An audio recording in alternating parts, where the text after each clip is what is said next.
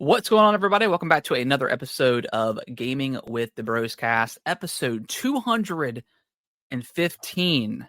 My name is Harrison. I am joined by my brother Nick. As always, Nick, how are you doing, buddy, on this very roller coaster of a Tuesday? I'm doing good. I'm doing as good as you can be. Woke up. I always love waking up in the morning and reading those crispy Nintendo financials, and then Yes. And then I was taking my morning bathroom break, and right at 9 a.m. it always hits. But take my morning bathroom break, and I saw the news about Xbox and the studios, and we'll talk about it. But yeah, you were taking a Duke, and Xbox dropped some Duke on you. They dropped some Duke on me, everyone else, a bunch of employees. Yeah. So we're all covered in Dookie right now. Yeah, we'll talk about that here in a little bit. And then of course, the Switch 2 is finally acknowledged by Nintendo, which is incredible. So we'll talk about that here in a little bit. But Nick, before we dive into what we've been playing, because I'm very excited to hear about another Crab's Treasure for you. From you, how's your week been? This weekend was really busy. We had 5 people stay with us this weekend for a baby shower on Saturday that Alicia kind of like helped plan. So she was really busy with that and went over there early on Saturday. But we had one of our one couple friend, and then another friend stayed on Friday night, and then they left Saturday, and we had another group of people coming in Saturday night, and they left on Sunday. So it was like just a lot of people. It was really great to see everybody. It felt like a little reunion of all the all our friend group who went to NC State together. But that's cool. Very tired on Sunday. It's like it was like a rainy Sunday, so we were just chilling, and then kind of out of the blue decided to go see the movie Challengers, which is that tennis movie with Zendaya. It was really, really good. I thoroughly enjoyed it. Like it was such a cool movie. Like I feel like it encapsulated tennis very accurately. Yeah. And then just the story was really like well done, in my opinion. So yeah, it was good. Cool. Yeah, I've heard good things about it. But it was great. Yeah, that's good. Yeah, it was a good weekend. And then I forgot to tell you, I will not be here for the podcast next week because I'll be in Cancun. Okay, that's fine. From Sunday to Wednesday. Yeah, I'll I mean, unless something crazy happens, we might just end up skipping it. That's totally fine. Okay, we got a banger today to talk about. So got a banger today. I'm excited to talk about most of the things today. So yeah. But how's your weekend? Just like your week, extremely busy. We had Kellen's birthday this week. He turned 7 years old. So we just been. Brittany and I just been buying a bunch of stuff, decorations, which we already had some, but it's winter decorations. She was, she opted to bake the cake and decorate it this year. So she made a really awesome Minecraft cake, which she like layered it so it looked like Minecraft. Like it looked really, really good. And then she made like a cupcake, but formed it into like the Minecraft sword. So that was really awesome. So she was spent pretty much all week baking, and then the day of she just piped everything and got it ready to go. But she like made her own icing, fondant, and like everything from scratch. It was really good. Wow. So we took him out to dinner on Wednesday, and then Saturday we had his birthday party. Ended up raining for a lot of the day, so they canceled the bouncy castle, which was a bummer. Dang.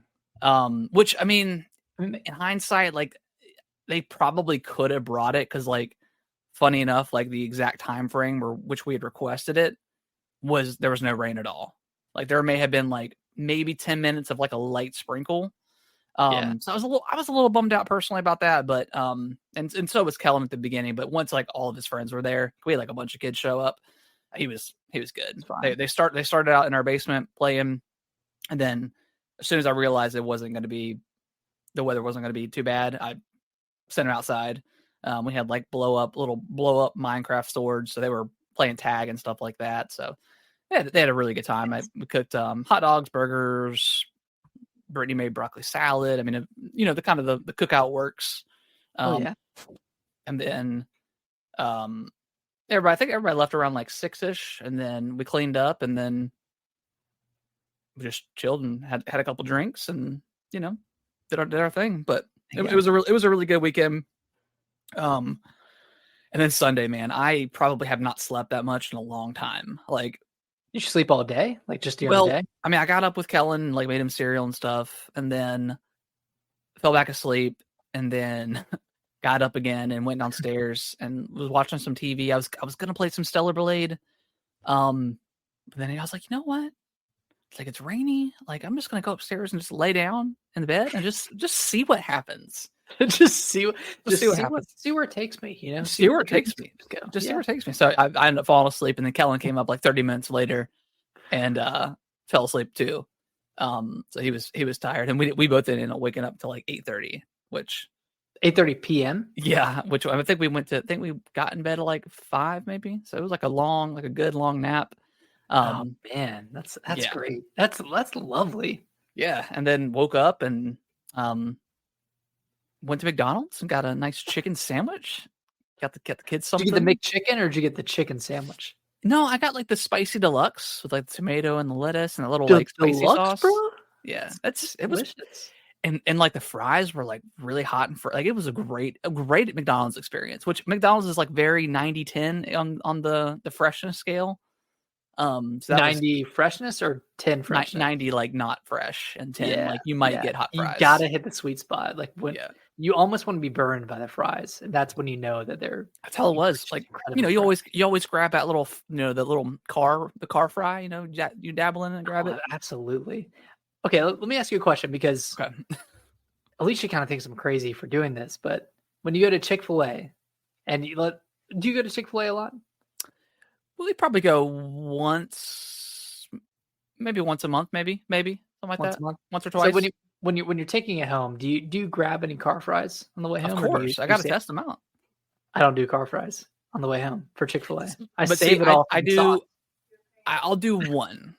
I limit myself to one. You're crazy in the background, because you get a decent amount of fries, but like depending on how big they are, they might take up a lot of the pouch or whatever. So I'll do like one. McDonald's fries, I might do one or two, but I'm like some people will eat all the fries on their way to their house and then just eat the chicken sandwich or the burger. That's crazy. That's psychotic. That's a serial killer mindset to do it. Like to eat the entire thing of fries.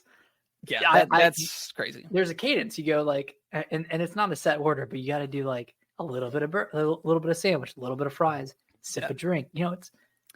I've been watching it's like the trend on TikTok where like the wives or girlfriends are trying to keep up with their husbands' eating pace, and like all the guys are just casually eating it, but it's like it's not fast, but when like the girl is like trying to stuff her face, it looks really like it's really funny.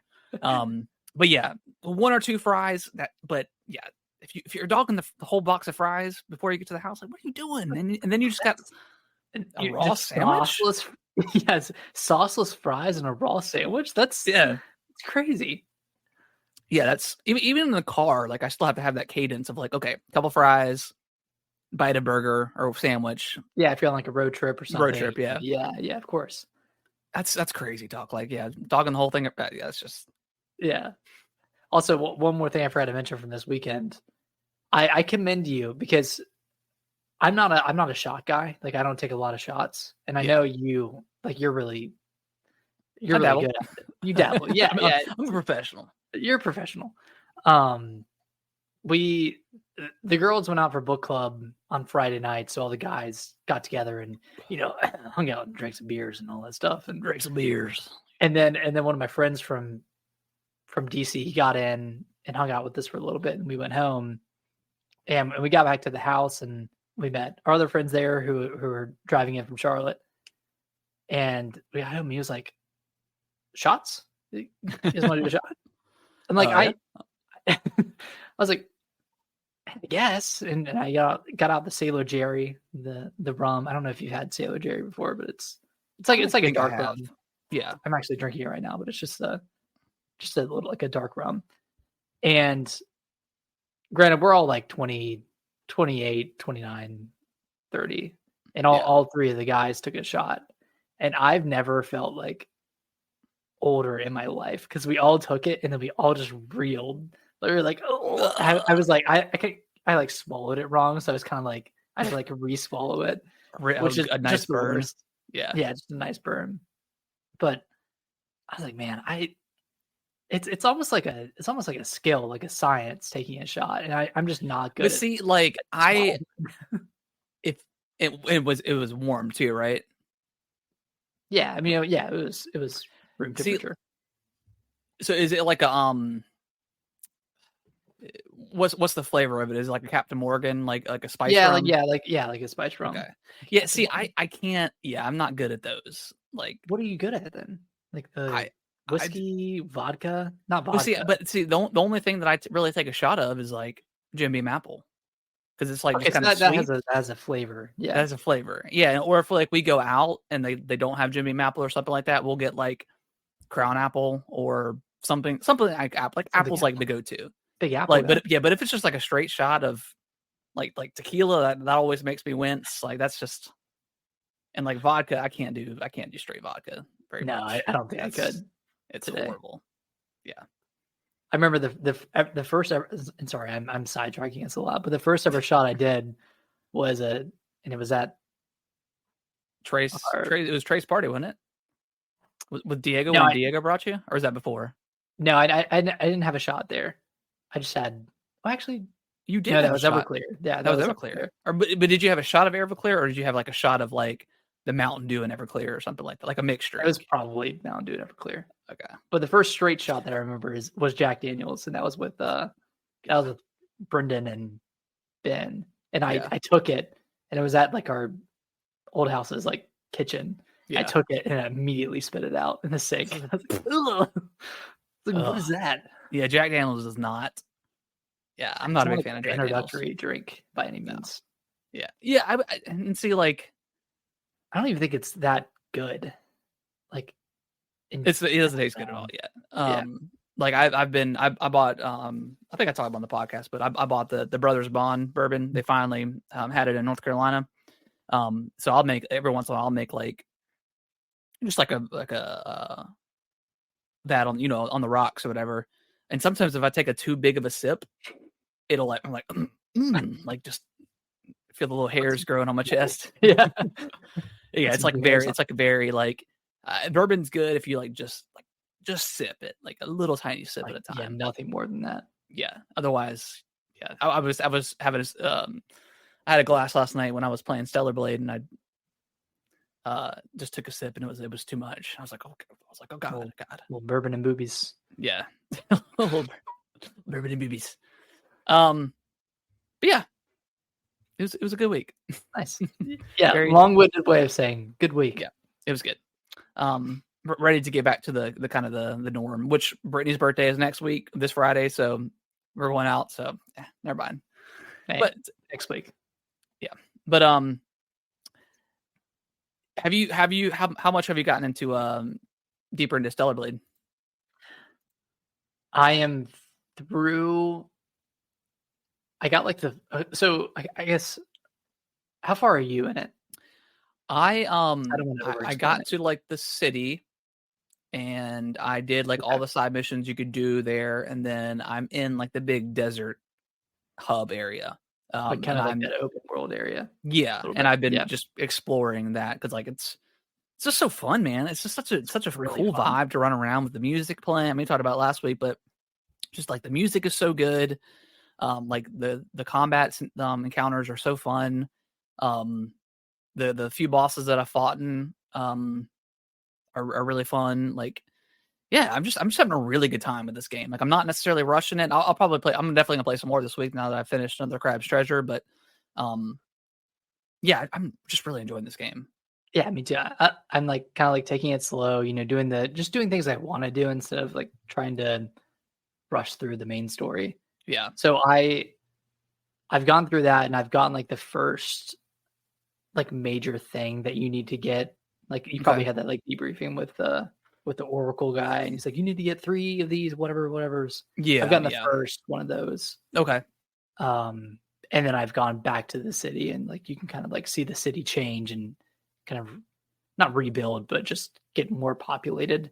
Oh, So that's cool. there are more quests to do and that kind of stuff. So I've been cleaning up a little bit of those, and I think I put it down so I could finish. Like I fully changed my focus to another Crab's Treasure, so I could get through that before I jump back in. So it's been a couple of days since I played Stellar Blade, but from what I remember, like I think I was like just about to go to like the second, like towards the second main thing that you need to get.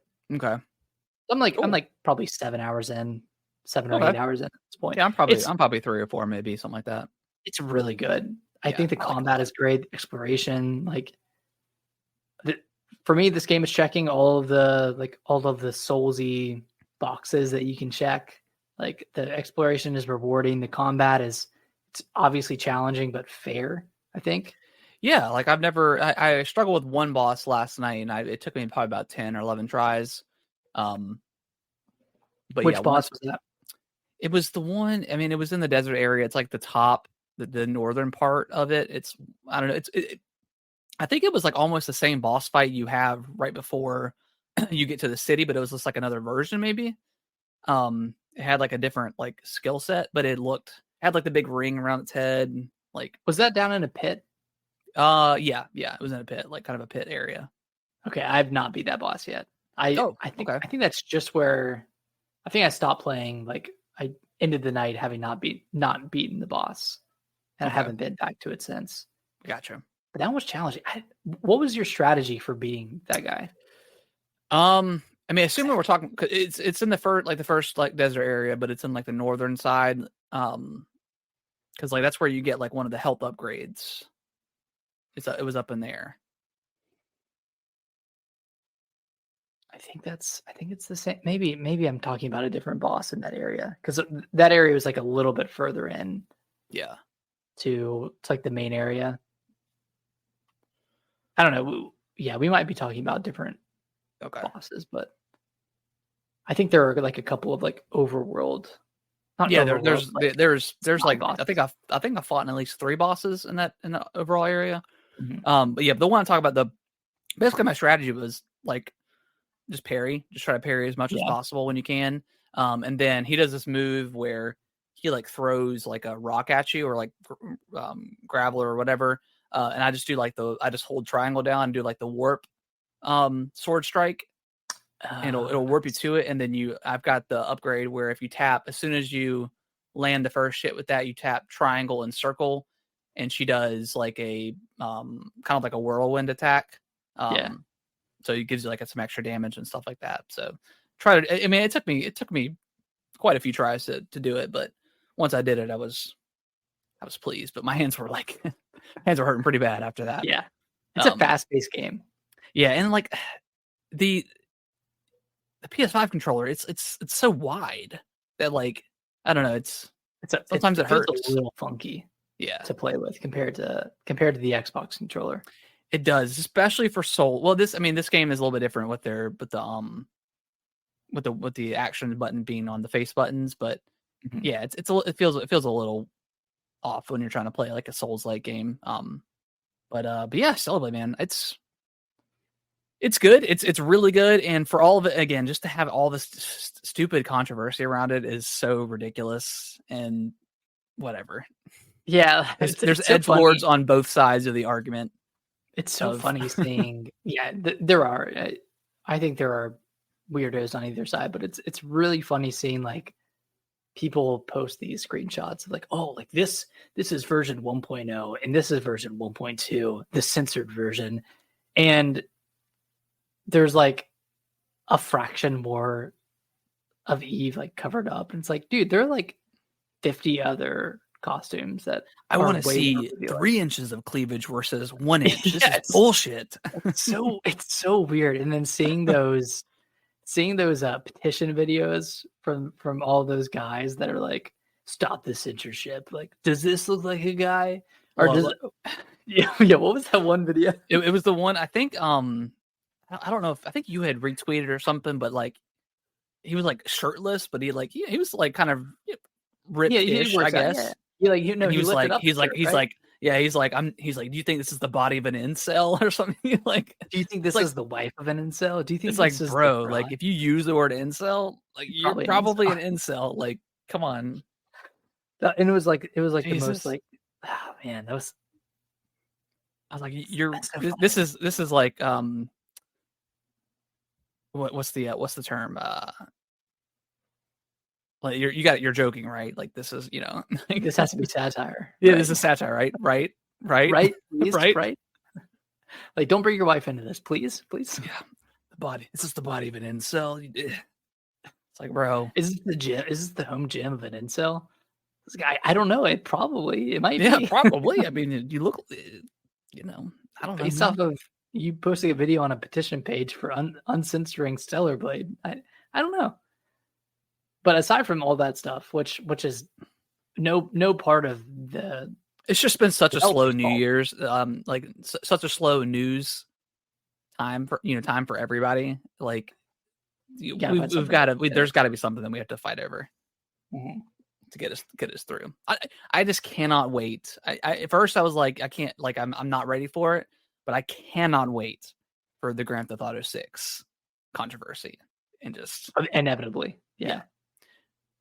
Whatever it may be, right? Just Yeah, because whatever like form it gaming takes. journalists these days they're so funny. Like a lot of them are like, like they're going against Stellar Blade and saying it's too much, and but it's like, but what about Grand Theft Auto? Like that's like a super high regarded game, and 6 is going to be, they're not going to, you know, Tone it down. tone it down. I mean, it's Florida, so they're not going. There's Yeah, no way it's going to be toned toned up. down. Yeah, it's going to be toned up to the maximum. Praise Hale, Um, praise Dale.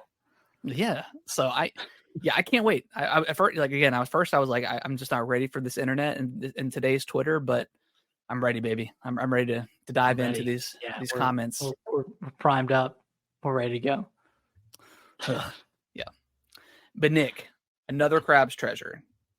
I Yes. beat this game last week. I think I beat it after the podcast last week, but so far, unless of course I really liked Prince of Persia: The Lost Crown, and I'm haven't finished Stellar Blade yet, but so far I think this game might be my game of the year Wow. personally. So what are your thoughts on it? I think it's up there. I was like very on and off with the combat throughout the game, and it wasn't really until what's that area? Flotsam something. The Flotsam poison Vale? swamp. Yeah, Yeah, Flotsam Vale. It wasn't until the tail end of Flotsam Vale that I really got confident with the combat in the game, and I think part of it was I hadn't found a really good shell that I wanted to get shell insurance for. So like I yeah. was constantly like dying and reviving, then finding a random shell, but then I finally went back and got shell insurance for this, like for a heavy, for like a heavy shell. And Which one was it? Because it might have been the one I went through, and it carried me throughout the whole game. it might have been the same one. It was Was like it the water not a pipe? tuna can. No, it wasn't a water pipe. Okay, that one was So that one pretty absolutely carried me through the entire game. It was fantastic. nice. No, it was like a can of tuna or something like that. Oh, okay. But it had a lot of defense, which Yeah. which was useful. Which was kind of like counterintuitive to how I play Souls games normally. Like normally I'm more lightweight, but this one, like I just couldn't nail the timing of the parries, and I finally got it towards the end. But I really really enjoyed like the exploration in this game, and the payoffs for exploration are like second to none. Like Yes. like kind of on the same level of Dark Souls, or like a game like Elden Ring, where like you go out of your way and it's going to be worth it. You're going to get something good. Something. Yeah. Whether it's like a stowaway, which is your kind of like your perks that you can switch on and off, or something else that like a cool shell or something. I don't know. Yeah. Or a new shell. So I really like that about the game. That part of the game. I did have a lot of hiccups, like frame rate hiccups. Yes. Especially towards the end. And in that one area where you fight the imitation crab boss. Yeah. Which is weird because I went back to it today. I went back after I finished the game and I fought the Gravekeeper. Okay. Which I should have done before the end of the game because you get upgrades on the Yeah, but I went back to that area and like it went from stuttering for like 10 seconds to only stuttering for a second. So I think there was an update. When I turned on my Xbox earlier, there was an update for another crab's treasure. So okay, it definitely helped because like getting to that boss sucked because there were 3 separate areas where it hitched for like 10 seconds each. Yep, and that was really annoying. That I don't know what it was about the area, but it was not great. But apparently they fixed it. So glad to have seen that and glad to like. I don't know. For those that are kind of curious about the game and maybe want to, because I really do think this is like the perfect kind of game to maybe edge your way into to a Souls-like game. Like it's a challenge. Like the first boss you come across, it will kill you in one shot. So it's definitely a Souls-like in that aspect, but I feel like it's a little bit easier to kind of maneuver. There's definitely some Souls parts to this game. Like there's some stuff that there's some bullshitty parts and there's the creatures that will kill you, but for the most part, I think it's definitely doable, and I do think it's like the perfect entry point for like a newcomer for a Souls series.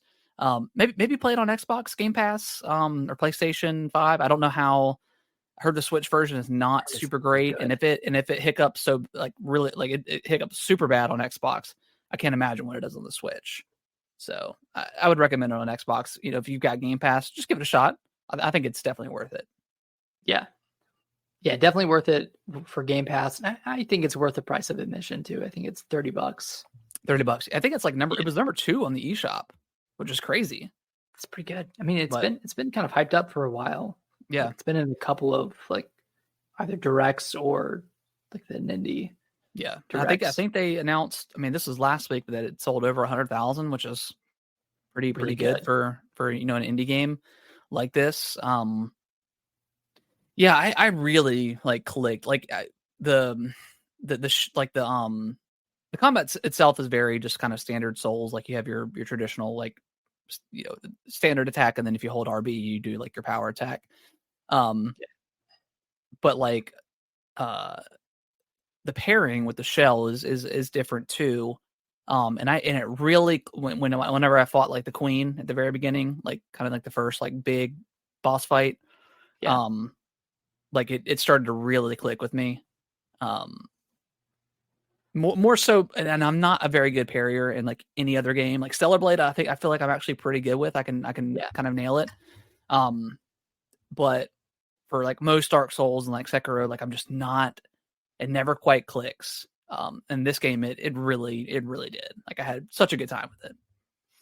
Yeah, it just feels like the timing is different. And, it is because like a normal Dark Souls, like you tap the LB button or whatever to block or use your sword to. But this one you have to already be in like shell mode, in defense mode, and then when they attack you, then you let it go, and then it like. Yeah, then it's a little bit different, but it clicked to me in a way that other Souls games haven't with their parry system. But yeah, it's a cool game.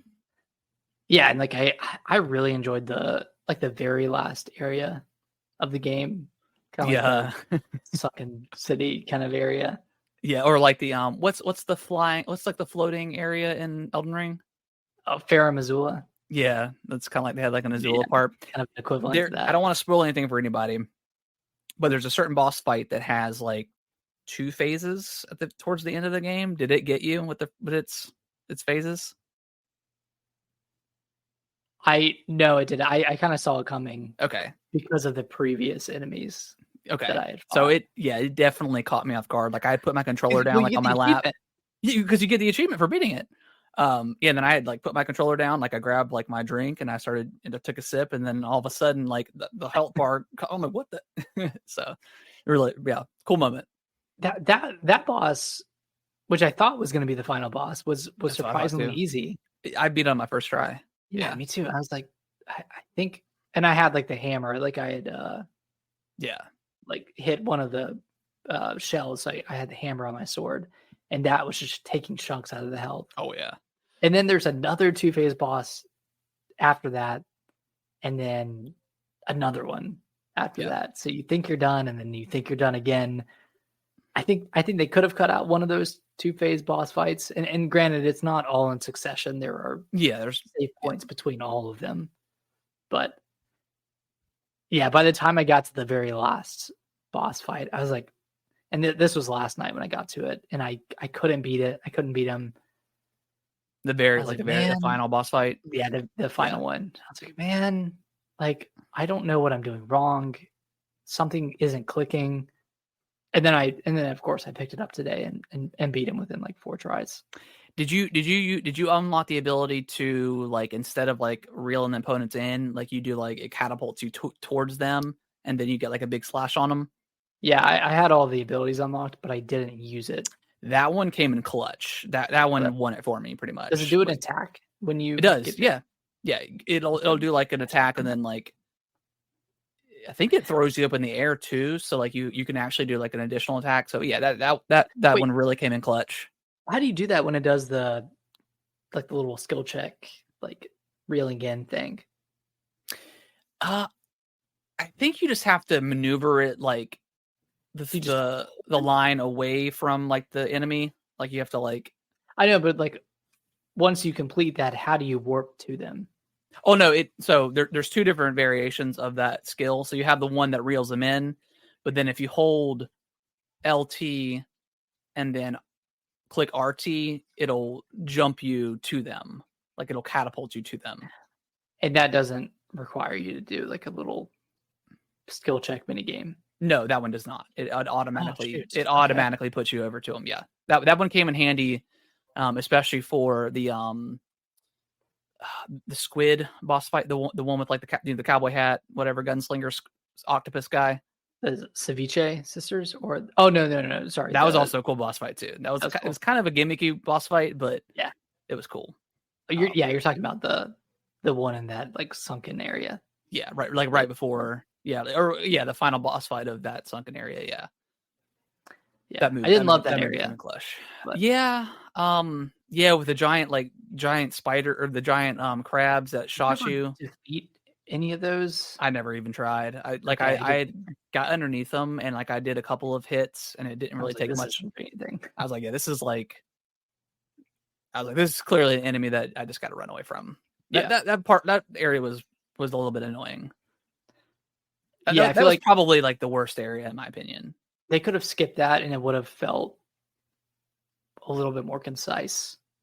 Yeah, But yeah, it Whatever. wasn't like a super long area. no, You no, got you get within them pretty quick. 30 minutes.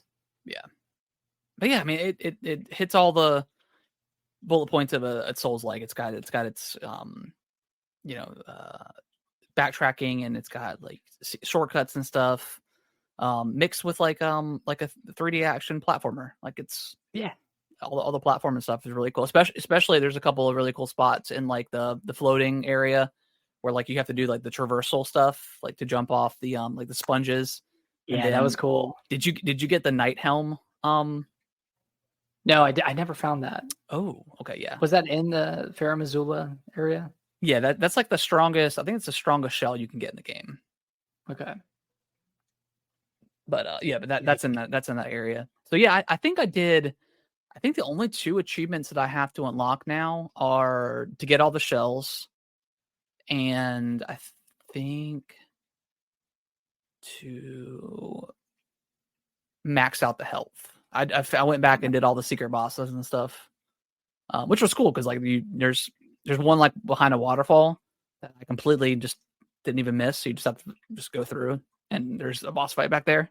Dang. And I was so overpowered that I just like killed him in like 4 hits. Yeah. See, I feel like there's a lot that I missed because I didn't fight the Gravekeeper before beating the game, and I didn't get that power that allows you to break up those. Yeah. blocks.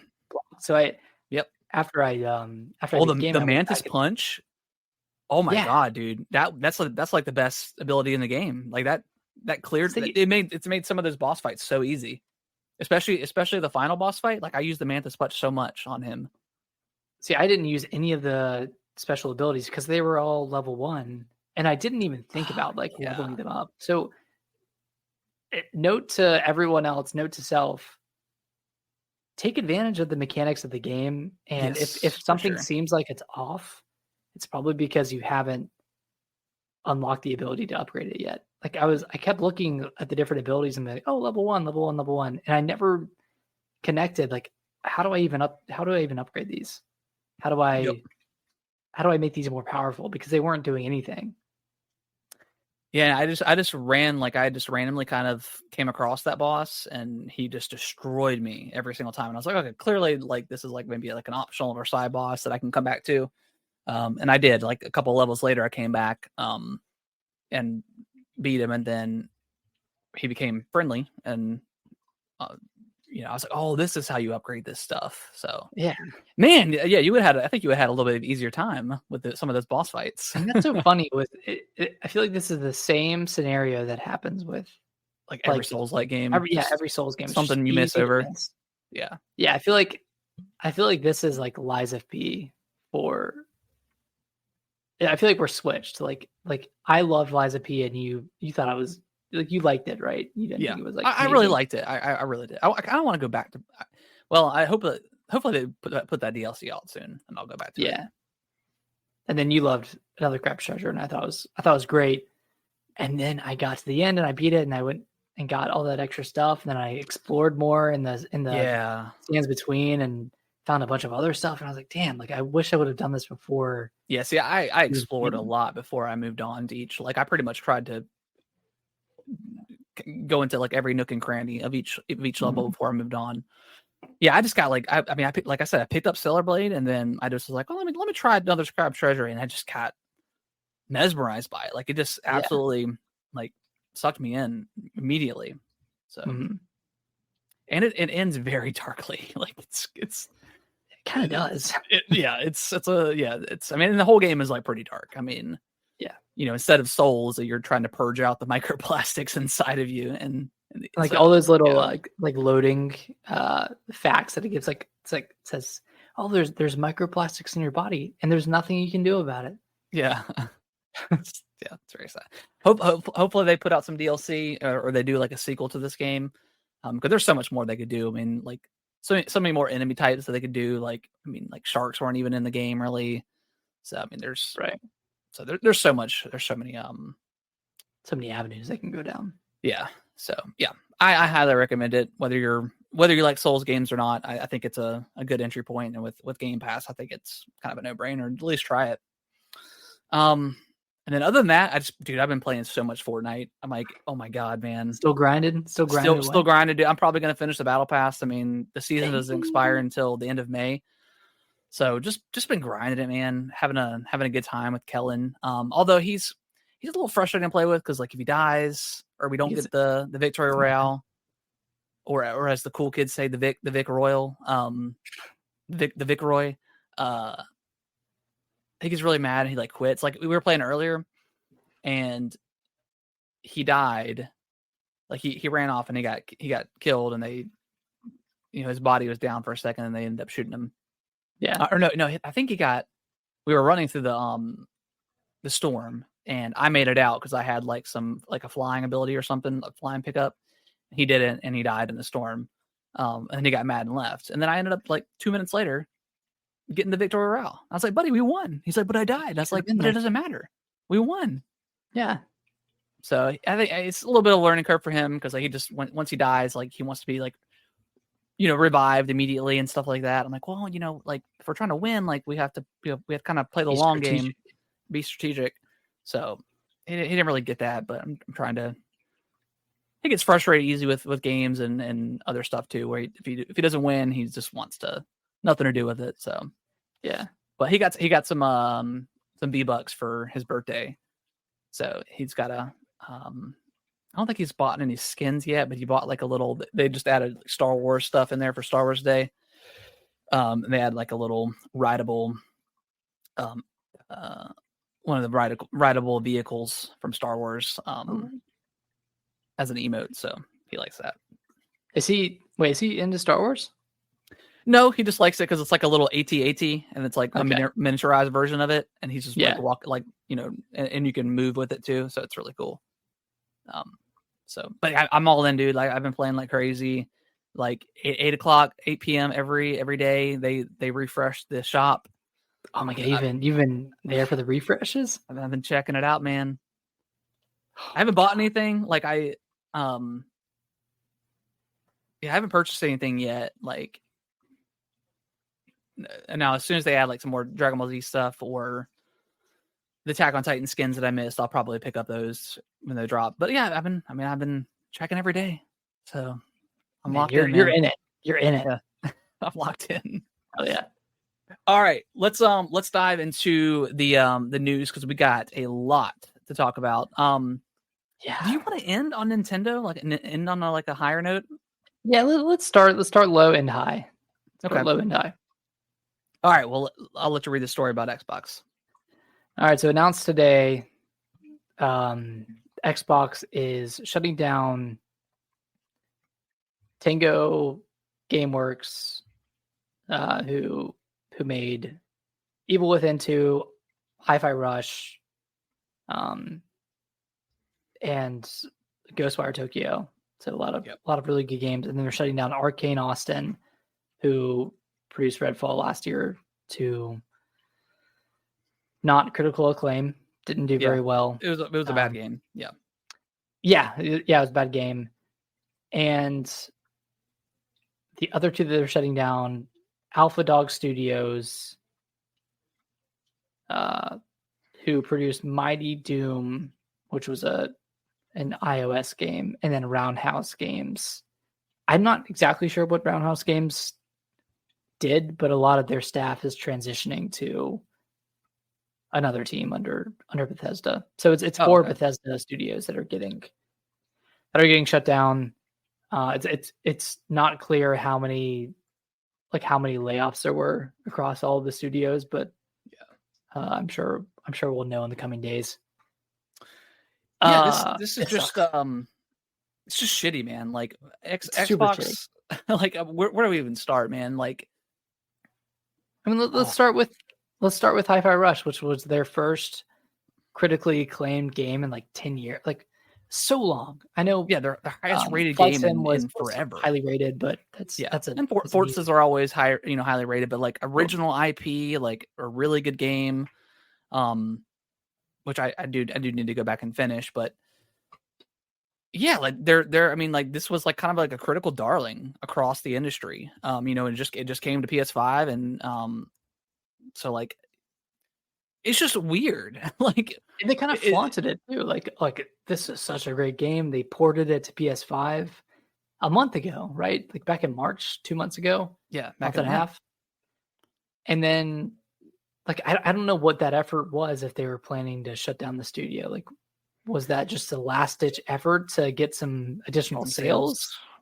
And then like you have like there's like I don't know, like just Phil, Sarah, like I don't know exactly, like they know about this stuff, and like I think just yesterday like Sarah, and it's a now deleted tweet, but she had put out that it was like a photo of like some Xbox stuff, but it was talking about like Bethesda. It's talking about like all their teams, and they're like, oh, we work great as like, that you're gonna be closing the studio down. Like, why would you even simply don't say that? Yeah, don't say that. It just makes you look like two-faced, shitty. Yeah, just like it hypocritical, like desensitized to like the situation. Like, and then you have like Phil, like last year whenever he was talking with the Kind of Funny crew, when they had him on for it wasn't specifically about Redfall, but it just happened to line up with Redfall launching horribly.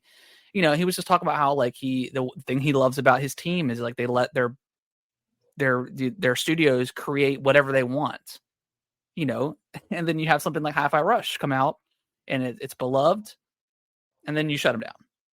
So it's like, what do you want? It's all pandering. None of it is genuine. I don't think anything that Sarah Bond or Phil Spencer is saying is genuine at all. Like their stupid podcast that they had talking about their games going multi-platform. Yeah. Like only 4 games. I think they're going third party fully at this Yeah. point. Like, After this, I don't.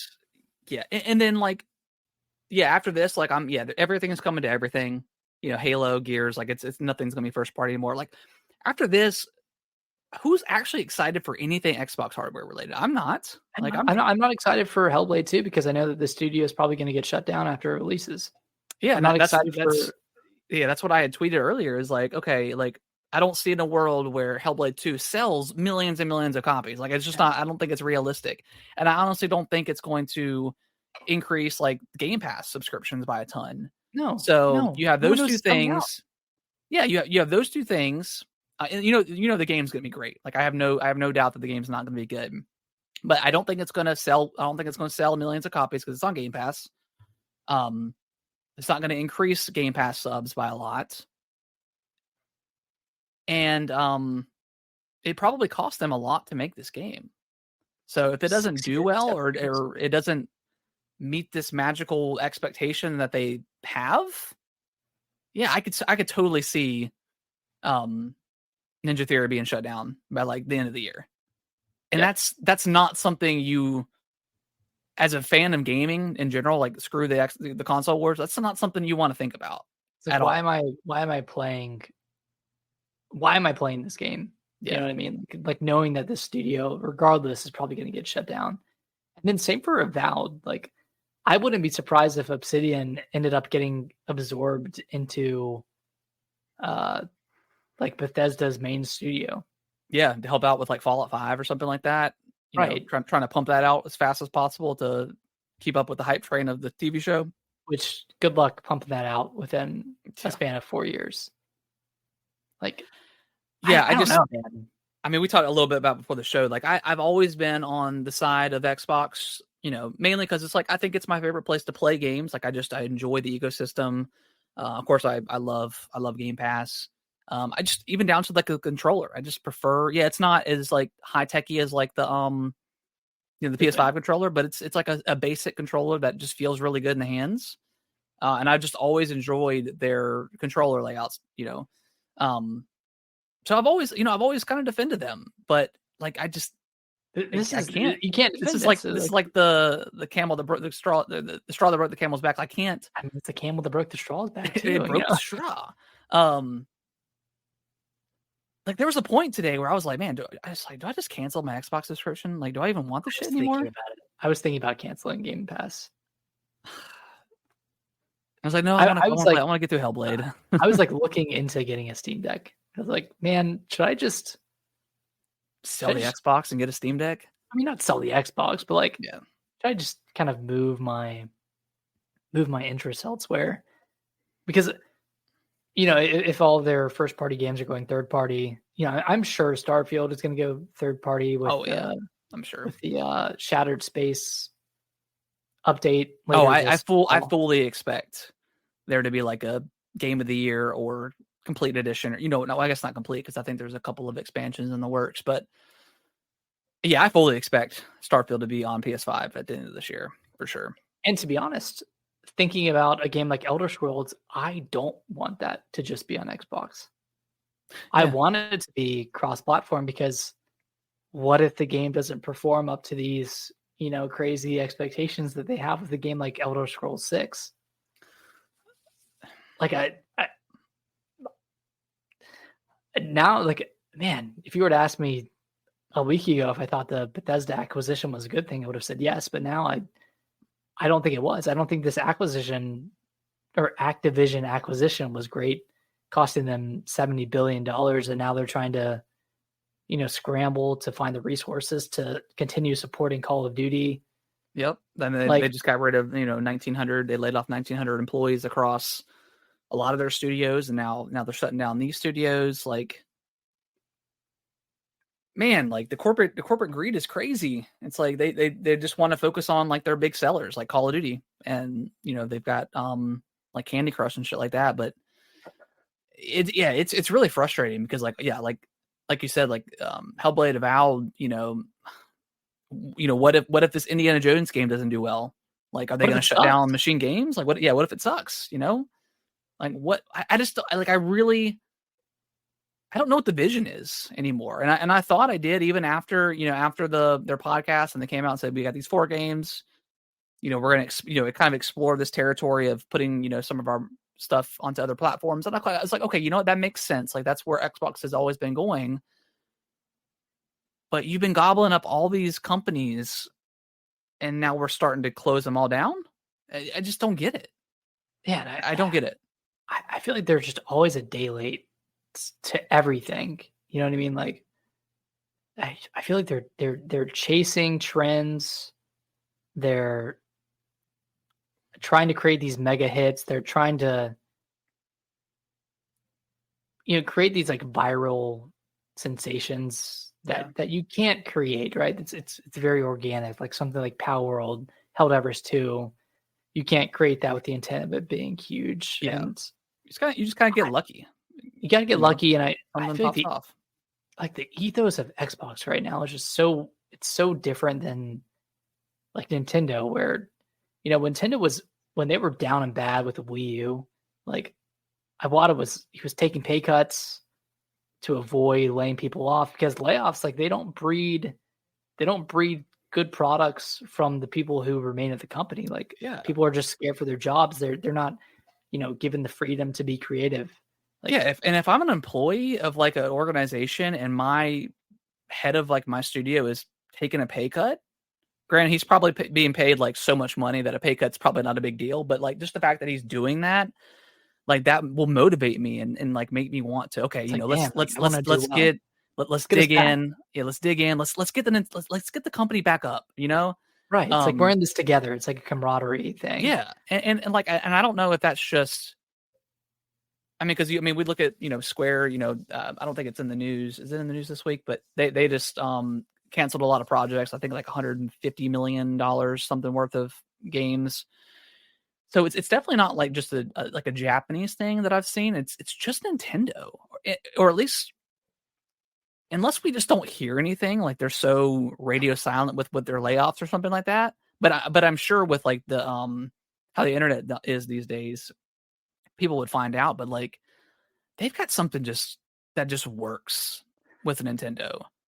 And maybe it's because like the scale of their games aren't so incredibly high where it costs them $400 million to make a game.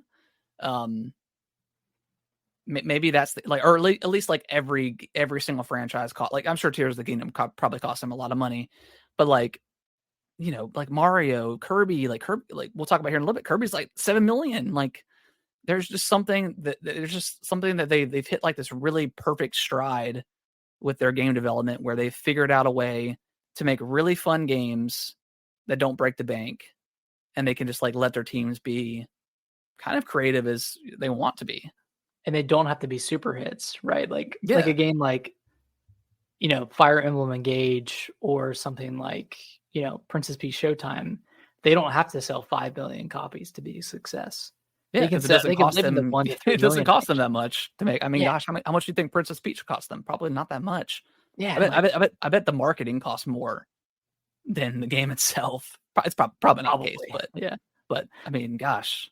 But looking at like Nintendo has like 65 first-party games that have sold over 1 million copies. The majority of those games fall within like 1 to 3 million copies sold. Yeah, and like for any other company, apparently aside from Microsoft or from Xbox, like that's hitting the 1 million to 3 million mark is a really great number for any game. Like maybe not for something like Zelda Tears of the Kingdom or Super Mario Wonder, but you balance it out, right? You have your mega hits. Yeah, like Tears Luigi's Mansion, like 15 million, like right, like that went way over their expectations. Jeez. And then you have smaller games like Xenoblade Chronicles 3 that that developer Monolith Soft has had the ability to pump out these games while also helping with a bunch of other games like Zelda and Splatoon. Exactly. But they have the autonomy to do whatever they want to do. And knowing that these games, they're only going to sell like 1 million to 2 million copies each. Yeah. But that doesn't matter because they're valued, right? Unlike Tango, where, they put out Hi-Fi Rush and it wasn't probably wasn't a financial success releasing on Game Pass. Like I know there were 3 million players, but what does that even translate no to? one's no one's gonna sub to Game Pass for that game, and it was a shadow drop, so it's like that one's tough because I just don't see anybody subbing to Game Pass for that game. So it's like, No. but it's like, what are your expectations? Like you said, what are the expectations for this game?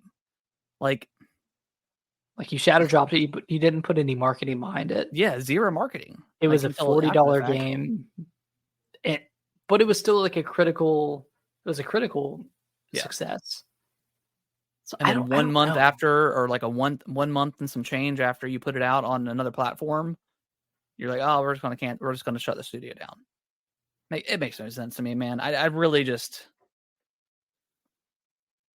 I'm wondering, like, and like I've always liked Phil, like I really have, like I think he's a he's down very to earth, charismatic, sweet and guy. like, I mean, you mentioned earlier, like, they're just kind of lying through the teeth at this point. Like, how much is how much is it their vision, or is it like Microsoft's overall kind of, okay, you've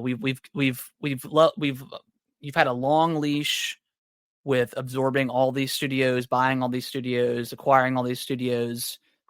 We haven't seen a lot of return on these because there just hasn't been any games. So Yeah, not a new yeah, COD this year. no, Or there's gonna be a new call. 2023. No, sorry, in 2023 there wasn't. Was there a new COD in Yeah, there 2023? was one. There was what, Modern Warfare 3, right? Modern Warfare 3. Yeah, you're right. You're right. Yeah, Sorry, I thought that was that originally one sucked. That DLC. one's like that one. The campaign was like 3 hours long or something like Yeah, crazy. yeah.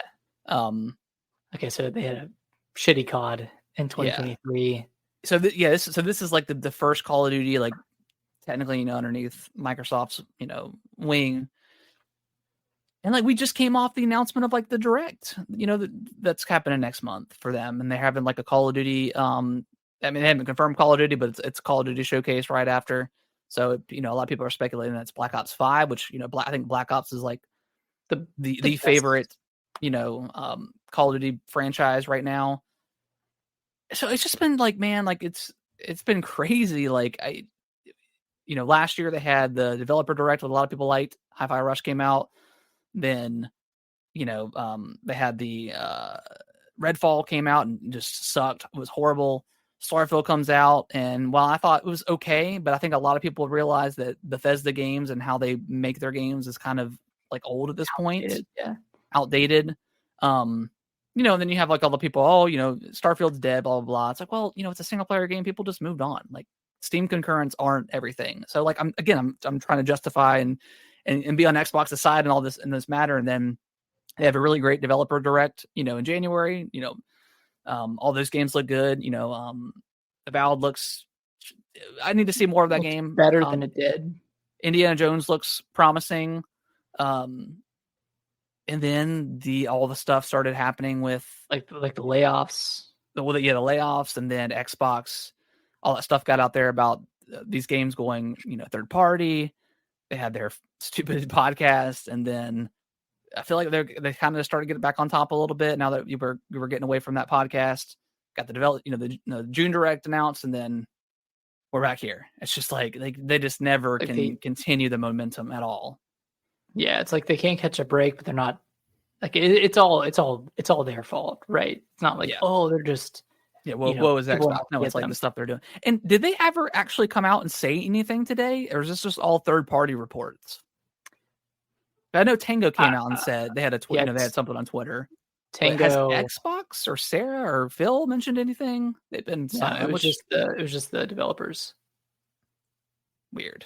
I think Arcane Lion, one of the guys, one of like the studio heads came out and just said that it was ridiculous that there's no support for creative visions anymore.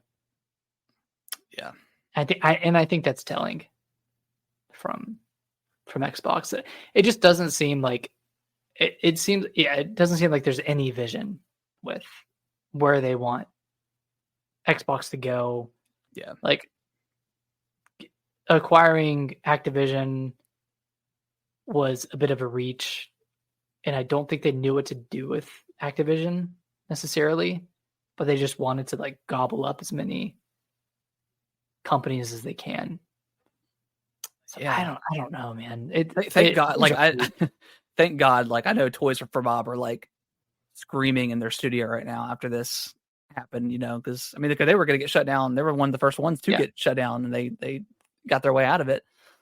So I don't know, man. Like no one's safe. It doesn't feel like. Even going with like we were talking about Nintendo before. It's like have like your big massive games like your Diablos and your Call of Duties and stuff that just like generates money, and then just have your like have smaller teams that have these really awesome creative games that they're really passionate about, and if they don't sell super well, that's okay. It just kind of adds to the catalog of Game Pass, which that's the kind of the point of Game Pass, right? Is to have a really incredible catalog that people can dive in. You get them in with one game. You get them in with Call of Duty on Game Pass, and then they're like, okay, I'm kind of bored of Call of Duty. What else is in Game Pass? Let me scroll down. Oh, Hi-Fi Rush. I heard about that game. Let me continue my subscription. It's like there's your answer right there. But they just I don't know. They just I don't. Again, like you said, there's no vision, and I have no idea what it is, and I have no idea what they're going for in the future. Everybody except like Call of Duty team seems like they could be laid off at any point in time. Like, yeah, it's a mess. Yeah, and like having these smaller studios builds goodwill with players, and it gets people interested in studios or games that they wouldn't normally be interested in. Yeah. And that kind of stuff is invaluable.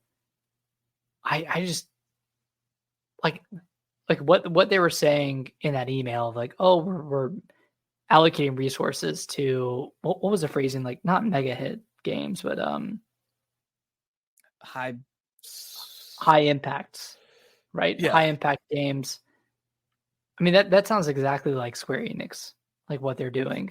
Yeah, and I don't think that's a good solution to what the problem is, where they're funneling too many resources or too much resources into these huge games that aren't having returns, like Final Fantasy VII Rebirth. Like I can't imagine how expensive that game was to make, and of course they made it exclusive to PS5. And that was a bad call. Yep, same with Final Fantasy 16. I mean, same with same with like Ubisoft, like Assassin's Creed. Like there's so many developers that work on these games because the scope is getting unreachable, I think, at this point, where they're just like scrounging for taking teams off of projects, like how Toys for Bob was with Activision, like and working on Call of Duty. Like, why is the team that made Spyro and Crash, why in the hell are they working on a first person shooter? Like, what are they doing? Making skins for? That's probably what they're doing. They're probably making stupid skins. Like, yeah, it just it's too much. It really is. Like it's so frustrating just to see these companies wasted, these developers wasted talent. Yeah, I know we say like Xbox One era was like one of the worst eras for Xbox. This era might end up being the worst. I think it is. I mean, I think this is an all-time low for Xbox. I don't know if, like, at least in the mind share or from a goodwill perspective, if this is recoverable, because you can say all you want about Arcane Austin.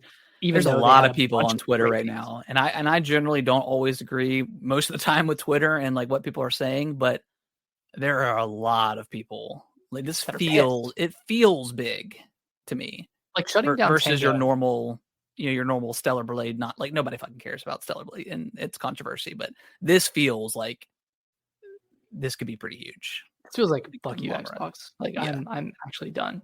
Yeah, like I think a lot of people have that same sentiment right now. I really wonder if like Game Pass was the downfall of Xbox. It probably was. Like honestly, I wonder if it was something where they were clearly losing the console wars, and they're like, okay, let's create this service where we will pay extra money to get these games in for free, quote unquote, and then it changed to first party games are going to be free or coming day one to Game Pass. I wonder if that lack of sales for those titles ended up getting Xbox in the spot that it's at right now. Yeah, because they followed the subscription trend and inadvertently trained gamers and trained us Yeah. to wait for games to go to Game Pass. Like, I can't count the number of times I've wanted to pick up a game, and I'm like, oh, it seems like it's reported that Lords of the Fallen is going to come to Game Pass this month. And so you picked that up on PS5 as well, right? Yeah, I've got it. I've still got it sealed. Yeah, we both bought it on sale on PS5, but $20. Come on, that's $20. That's like nothing. But another one of those games where it comes out at $70, and you're like, there's a lot of other games out right now. Do I just wait for this to go to Game Pass? Yeah. Same with the game like Jedi Survivor. That one just came to Game Pass. Like, they're inadvertently training gamers to wait, and they're suffering, and developers are suffering because of that. Yeah. I don't know. Like, we'll move on here from Xbox, but yeah, it's a damn shame. And the fact that, like, we could jump into the PlayStation controversy now, but the fact that PlayStation just had like a major screw up on their end with Helldivers 2 and making people sign into their PlayStation account on like the PC, like you could have came off of that and had something really like kind of, I don't know, had whatever, like, yeah, big PlayStation looks bad now. But the backtrack. But so we'll talk about that now. So over the weekend, this was all to be fair, this was always the plan with Helldivers on PC, is you were supposed to log into a PlayStation account. But I think their servers got so jam packed up front that they took that down. They took that away because I guess they just didn't want to deal with that, but they could get caught up on servers and stuff. So it was always the plan, but I don't know if I know PlayStation is new to PC, but the PC master race are finicky creatures. They don't like to be fucked with at all. Like they want to log into Steam, and they want to play things in Steam. Like we're talking about people that won't even download like the Epic launcher or something like that to play a specific game. Like they get pissed off when stuff is exclusive to Epic. So you're dealing with these types of people. Again, PC gamers are very finicky. They're very particular, and they're very above. They're like, again, like the PC master race, that they feel like very entitled to their games and stuff like that. So you're this is not the crowd to mess with. And boy, did they fight back. And honestly, good on them, because PlayStation obviously ended up backtracking that, and because they were getting review bombed on Steam. Steam was also, because there's some countries that don't mess with PlayStation logins or something like that they were just full on refunding the game to people in those countries because I think that they couldn't log in. They couldn't log in, so they were losing money because of this. So that's inevitably why they backtracked. Hey, you fought against the giant and you won. I think it's a cool story. Yeah, it's a cool story. At first I was like, why is everyone bitching about having to log into something? And then I heard about the login issues with a bunch of countries that don't allow like PlayStation Plus or whatever, that linking. I was like, okay, that makes more sense to be upset about. Because like if you're like, and because I was like, your same point of view. I was like, you fucking people you already get to play your stuff for free. Like, we're over here paying for these services to actually play these games. Like, you guys are just playing without any, have never been charged, a dime to play anything multiplayer on the PC. And that's fine. Like, I don't really feel like console gamers in 2024 should be paying for online service, but that's something that's probably never going to change at this point. But, right. So yeah, I was like, man, it's just a login, bro. Like, come on, like whatever. But then I was like, okay, yeah. I can see what you guys are talking about. Yeah, but yeah, good on them. They took down the Goliath. Maybe we can have a similar set of consumers fight back against Xbox for shuttering studios, but we'll see. Oh, and then just talk about Xbox real quick. Like, I don't know if it was on their Twitter page or something, but it might have been on the Xbox store. It was like they announced like a new controller color is like Feel the Burn. Like, bro, you guys did you are not just coordinate with your marketing team on this one? Oh my god, dude, their marketing is like horrible. Anyways, I swear to God, if I see another controller or custom Xbox from them, I'm gonna lose it. That's all they do. Like they put all of their R&D into. They really do. That's like the running joke at this point. And then again, just to hark on Xbox a little bit longer. Like even like, obviously I know it's Saturday, May the 4th. Like Sarah and Phil were both like, it's like, how dare you? How dare you celebrate Star Wars knowing obviously this company, these developers had nothing to do with Star Wars, but like, how dare you? Like, don't have fun. Like, yeah, how dare you? But anyways. Speaking of Activision, Nick, you want to read the next one? Yeah. So unless you have anything else to say about Helldivers. No. Okay. Kind of twofold for Activision. First, they canceled Tony Hawk's Pro Skater 3 and 4 of course in lieu of more Call of Duty work. And then they allegedly were working with Nintendo on a 3D Donkey Kong, but canceled it. And I'm guessing it's to put more resources towards Call of Duty, but that's unconfirmed. I don't have many thoughts on this other than I'm not surprised. I was a fool to think, and this might have been before. This probably was before. This sounds like it was probably Xbox before. Yeah. But I still feel like a fool for thinking that anything at Activision would change after Xbox took over. Yeah. And yeah, these definitely happened before they acquired Activision, but just based off of what we've seen today, I don't think anything's changing about who they're putting on Call of Duty, how important Call of Duty is.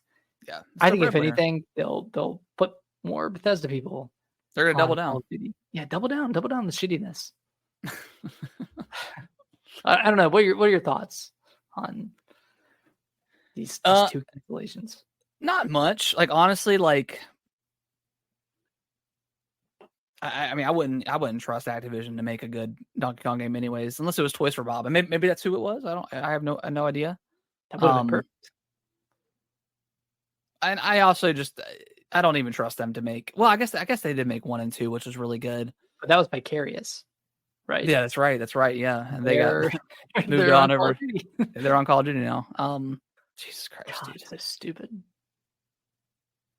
Yeah. Anyways, yeah, I really don't have much to say about it other than it just makes total sense for the way that company was ran.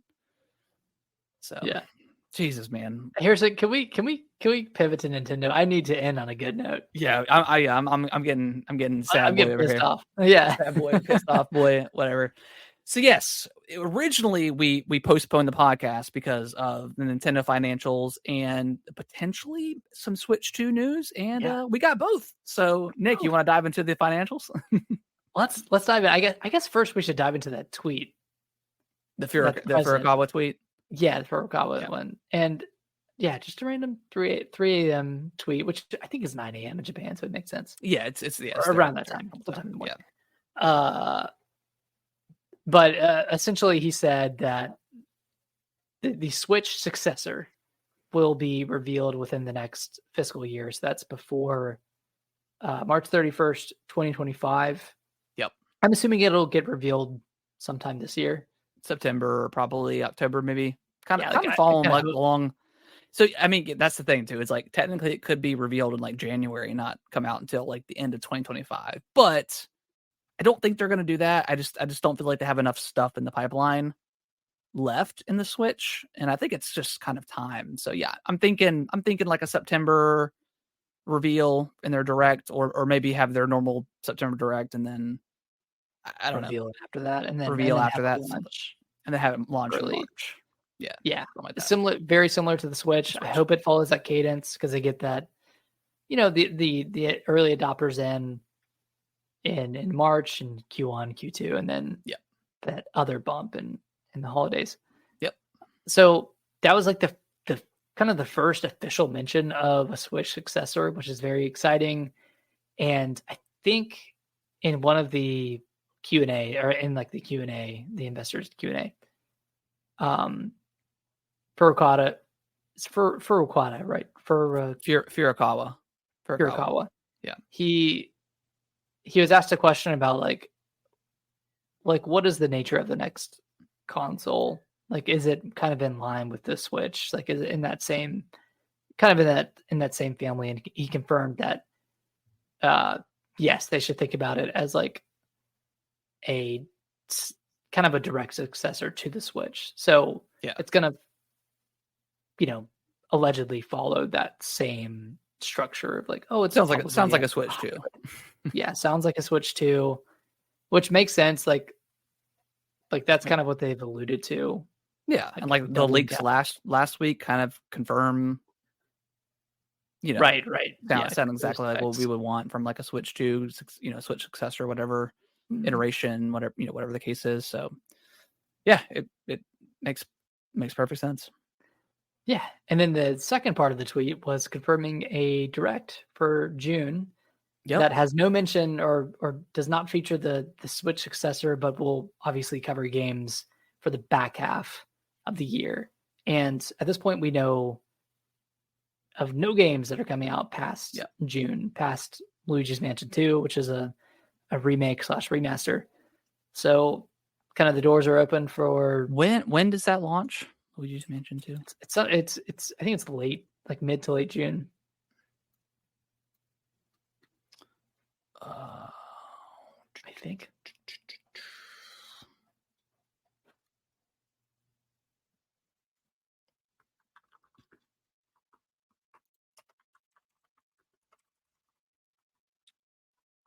Oh, that was the original one. Jeez. Hard to search. June 27th? Yeah. June 27th. Yeah, June 27th.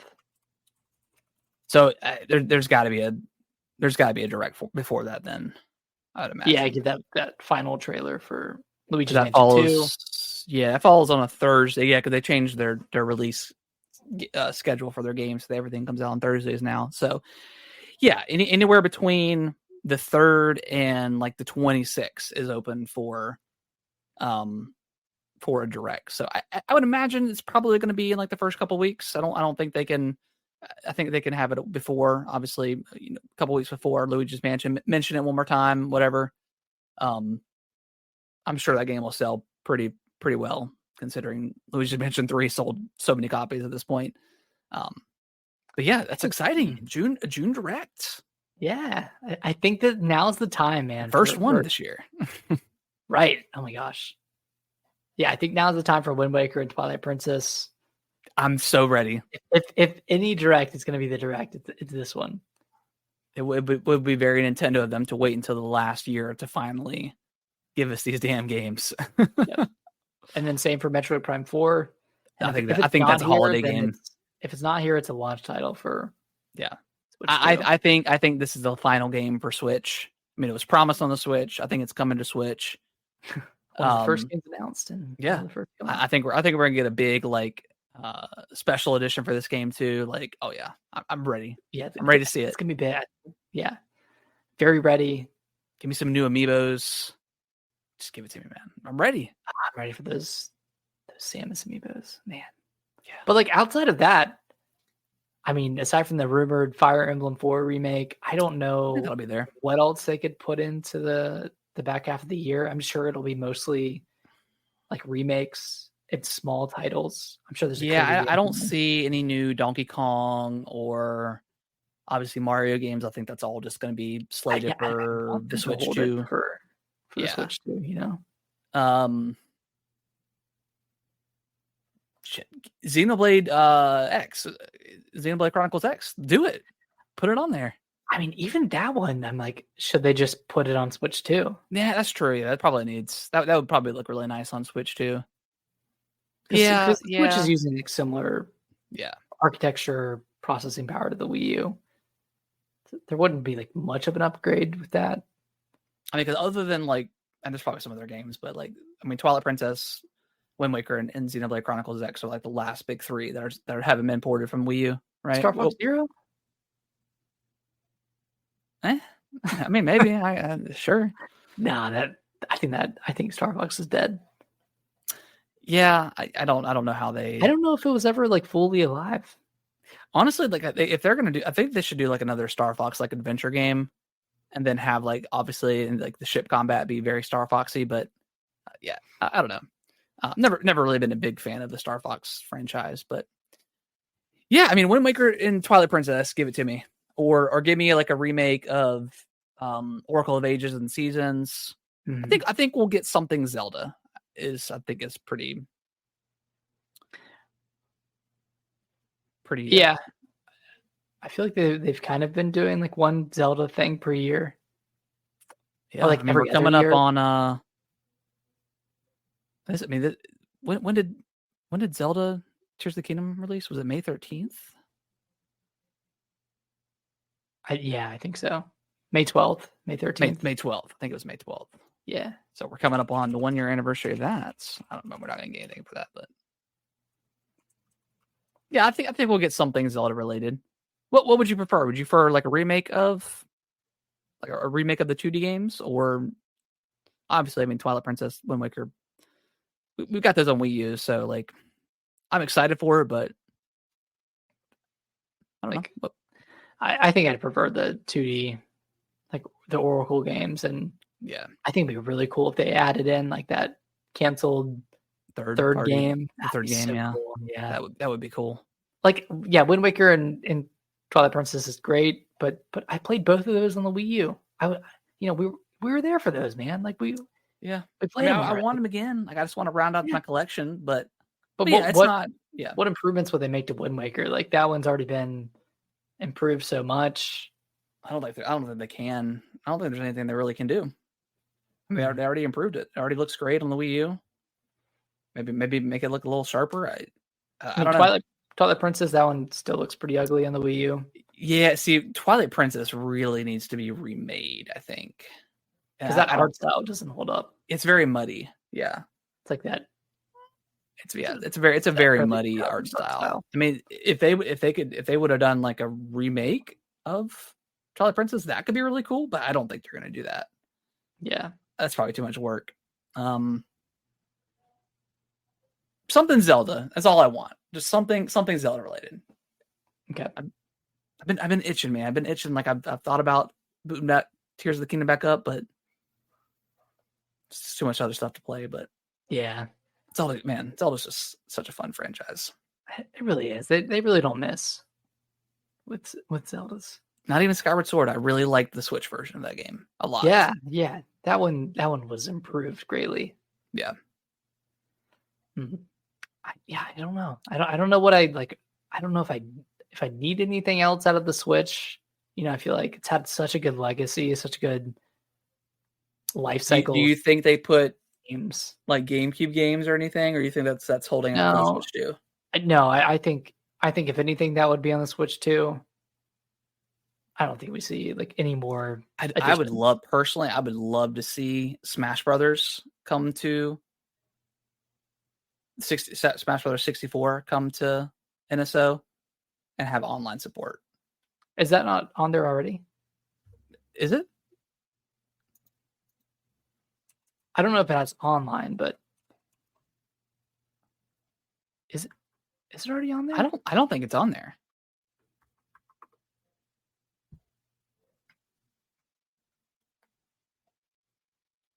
Yeah, Smash Bros. I don't think it's on there.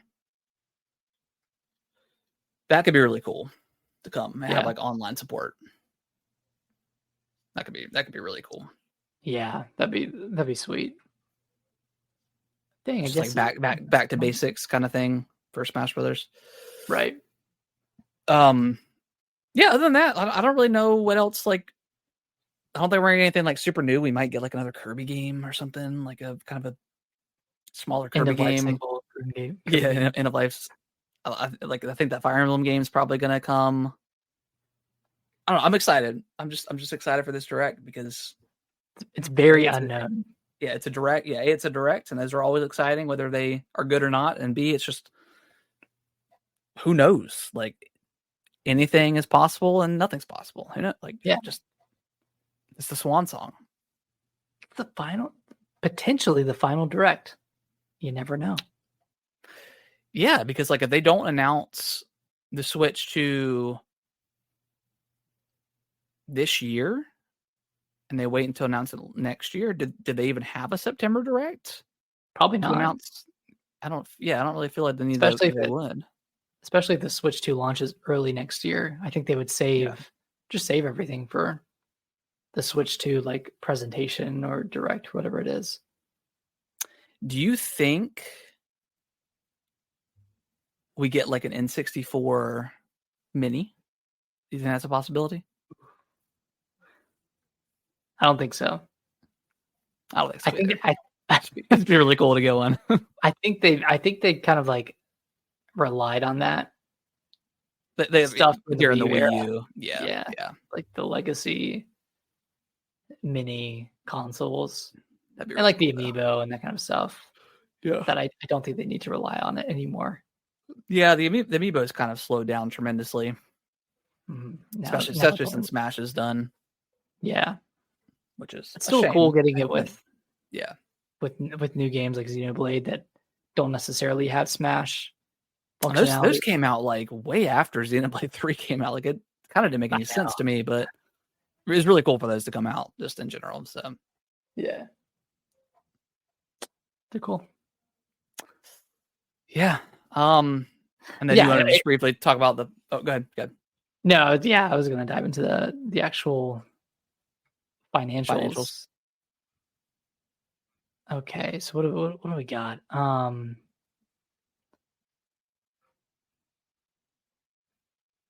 mean, honestly, nothing too crazy, but I'll just go through like the sales for some of the newer games. It's still crazy that Animal Crossing is the second highest game on Switch. That is insane to me. But okay, let's see. Super Mario RPG 3.3 million sales. I think that's pretty huge for that game. Yeah, I think it's right under Origami King. Yeah, I think 1,000 Year Door, I think it's going to sell very well. Like I think it's going to hit like probably 5 million by the end of the year.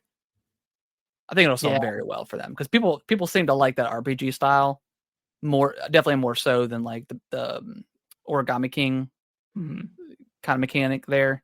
So I think people like that old school RPG style. So I think 1,000 Year Door is going to do very well. So good on RPG. Still need to beat it, but get on it. Yeah, you do. Princess Peach Showtime sold 1.2 million. Mario versus Donkey Kong sold 1.1 million. And that was in 1 week, right? That was like just, first like 10 days, first 8 days, something like that. Yeah. So that could be closer to 3, to be honest. Yeah, maybe. I don't know. There's been a lot of marketing for that game. Yeah. I think this game will be maybe a little bit potentially like an evergreen title for them. Kind of hoping. Yeah, I kind of hoping it is. Hopefully it's same with like Wonder.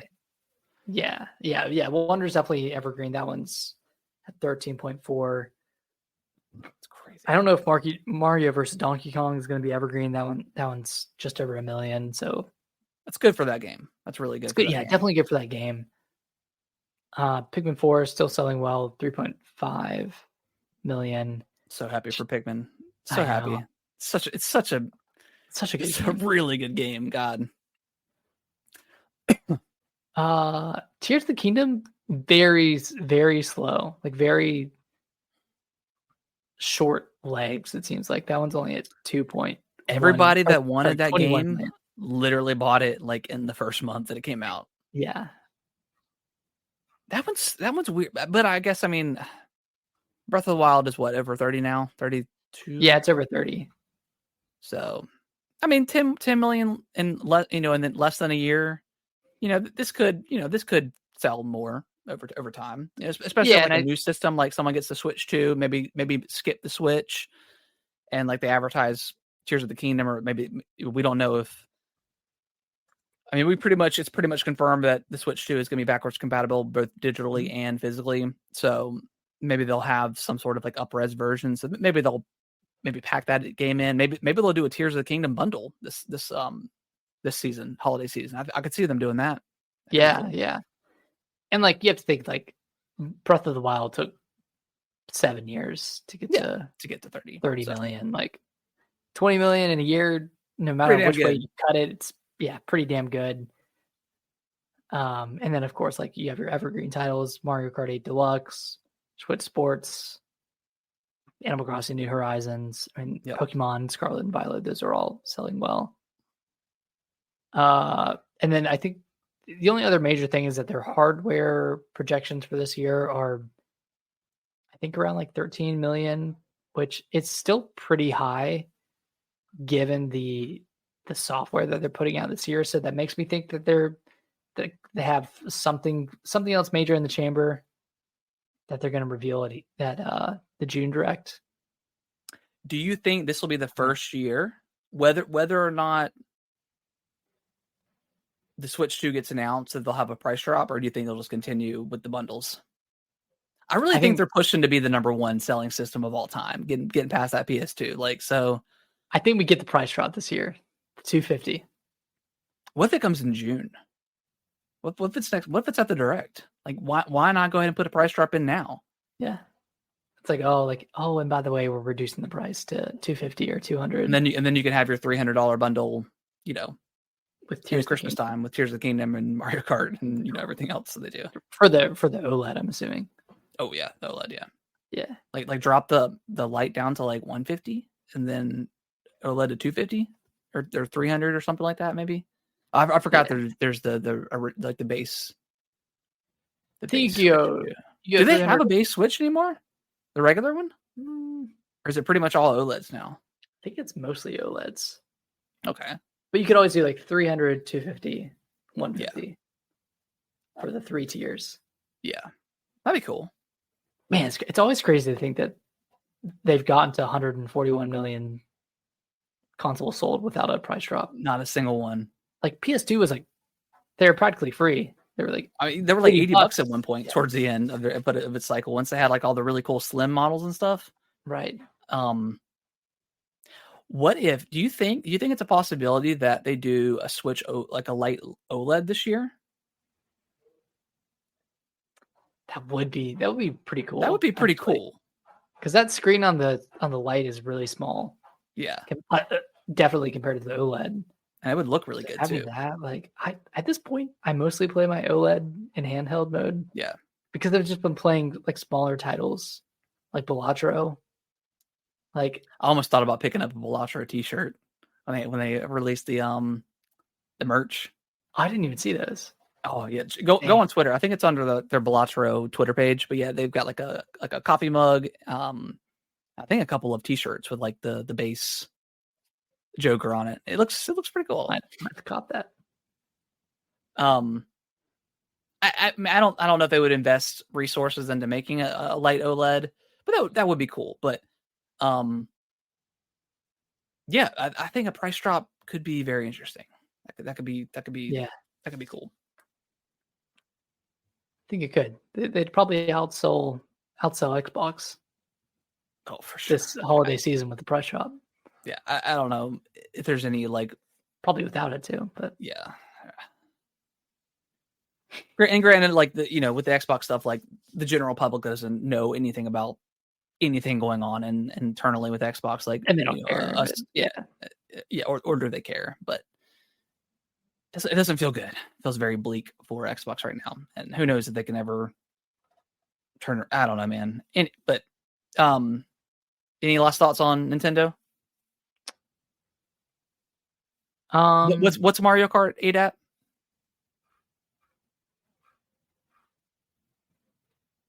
62 billion. Jeez. That's crazy. That's crazy. That's like almost half the the install base. That's so crazy. Yeah, granted, a lot of that was like pack-ins and bundles and stuff, but still, that's insane. Yeah, insane. I really do. I don't know if a console will ever sell as much as the Switch and the PS2. I don't think I'm really hoping the Switch gets there. Just because. Yeah. And like I realistically, I know the Switch 2 or the Switch successor won't hit those numbers. We're No, kind of like never. living in the golden era of the Switch. But unless there's like another pandemic or something.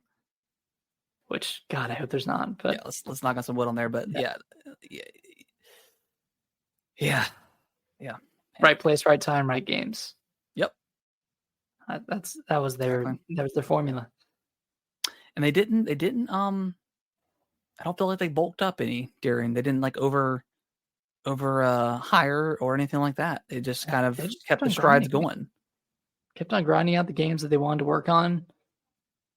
Didn't overreach, didn't do anything too crazy. They gave people what they wanted. Like, we're getting 1,000 Year Door. We got Xenoblade 3. Like, yeah, and that's and again, like, just talk about briefly what we talked about last time. It's like the success of Animal Crossing and them being able to just make so much money on a game that they probably didn't have to spend that much money on in the first place. And granted, yes, they got very lucky with the timing of the pandemic and stuff, but they probably then used the money they made on that and said, "Hey, Mario Wonder Team, you don't have a time frame. Just make a game as perfect as you can, and when you say it's ready, we'll say it's ready." And then that's it. No one's pressuring you. No one's waiting on this. No one knows it exists outside of Nintendo. Take your time. Yeah, I really hope in like the next generation or just going forward. Like I hate when games are announced years in advance. I just want to, if a game gets announced, like, I want it to be out in 6 months. Yes. Like, that's kind of my preferred. Even a year, I think, is too long because there's always that potential that it could get delayed. And then now we know about it, and then we're just like, well, where is it? You know, with a Nintendo, it's like we don't usually know about stuff outside of Breath of the Wild sequel and Metroid Prime. Like, we generally don't know what's coming, and I think that's why their presentations are always so exciting, just because we have no idea. We have speculation, but we have no idea what's coming. I think that's what makes it so fun. Yeah, it's like having a presentation in June, and it's like, oh, this shit is coming out this year. That's awesome. Yeah. Whereas with, PlayStation or Xbox specifically, it's like you have that 2020 presentation that shows Fable, State of Decay 3, Hellblade, and all really cool stuff. But it's like none of it's come out. And then what? 2022, they had everything's coming out in a year, and like almost nothing did. Right. Hollow Knight was part of that presentation. Like, the worst part about the Silk Song is it shouldn't have been announced as quickly as it did. They should have just waited. Yeah. But anyways, I digress. But all right, well, yeah, that was a little bit of a longer episode than normal, but we had a lot of stuff to to talk about. So I don't think there's any upcoming games right this week that nothing's coming out. Still just this week. No, I don't think anything next week, and then I think it's Hellblade and Paper Mario end of the month. Definitely looking forward to both those games, but kind of happy there's a little bit of a lull because I'll probably play some more. I'm probably gonna finish up Stellar Blade and then play through Tales of Zera, finish that up. Who knows what else I'm gonna play. And we got freaking Elden Ring next month, man. God, June's gonna be. I cannot wait for June. We got Summer Games Fest, Xbox Showcase, which I'm still excited for. Nintendo I want to see Direct. Gears. Hopefully that's there. Nintendo Direct, Elden Ring on the 21st. I mean, it's good times, man. Yeah, eating good. All right, guys. Well, I hope you enjoyed this this episode. We appreciate everyone obviously tuning in, listening, all that good stuff. We've got to mention it, but we have a feature now where you can technically text the show in. So instead of like emailing in, if you guys have any questions or just want to share your overall thoughts, there should be a link in the description below. You just tap on the link. It'll take you to your respective texting app like your phone normally would, and you just send your question, and it'll pop up directly on our website. So if you guys ever have any questions, just feel free to go through that method. Yeah. So, really cool. All right, guys. Well, we will see you next week. Bye-bye.